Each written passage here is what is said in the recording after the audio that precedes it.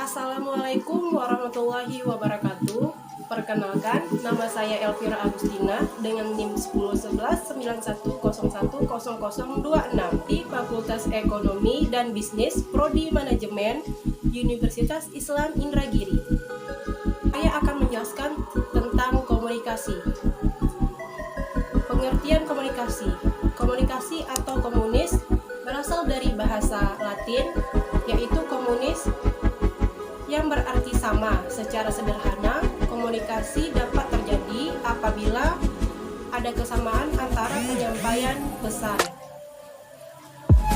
Pada dasarnya, konsep dasar komunikasi itu meliputi yang pertama, proses komunikasi.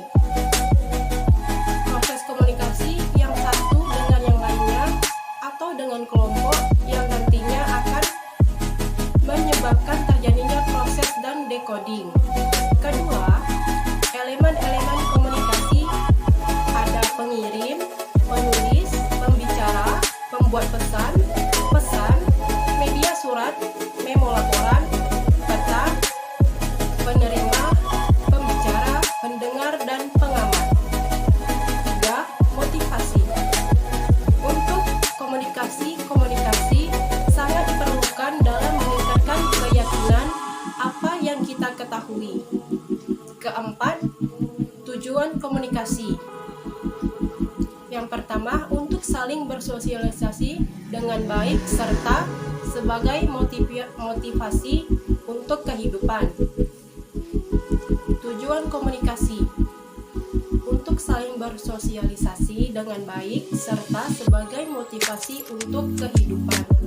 Kedua, sebagai proses penukaran ide, gagasan, dan pesan. Ketiga, mencapai sebuah tujuan. Keempat, menghindari serta dapat mengatasi konflik pribadi.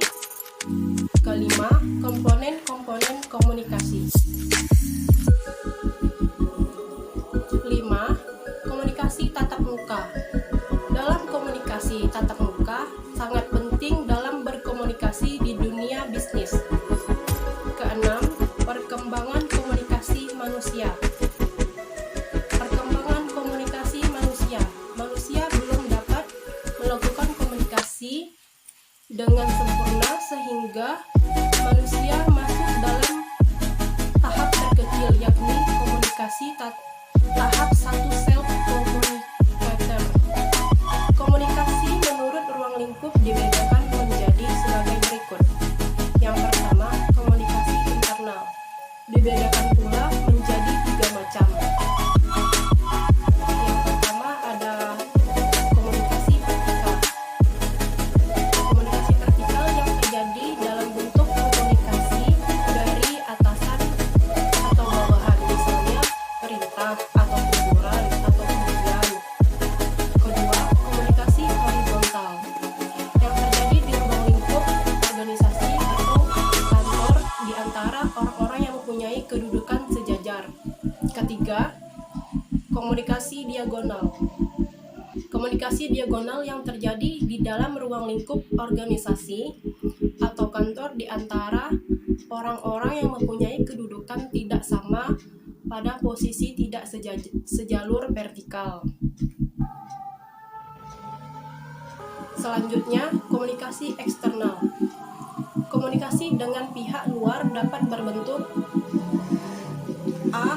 Eksposisi, B.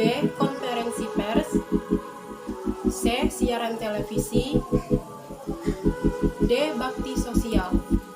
Selanjutnya ke-8, komunikasi menurut aliran informasi. Yang pertama, ada komunikasi satu arah atau simplex. Yang kedua, komunikasi 2 arah. Yang ketiga, komunikasi ke atas. Yang keempat, komunikasi ke bawah. Yang kelima, komunikasi ke samping. Kesembilan, komunikasi menurut jaringan kerja. Ada 3. Yang pertama, komunikasi jaringan kerja rantai. Kedua, komunikasi jaringan kerja lingkaran. Ketiga, komunikasi jaringan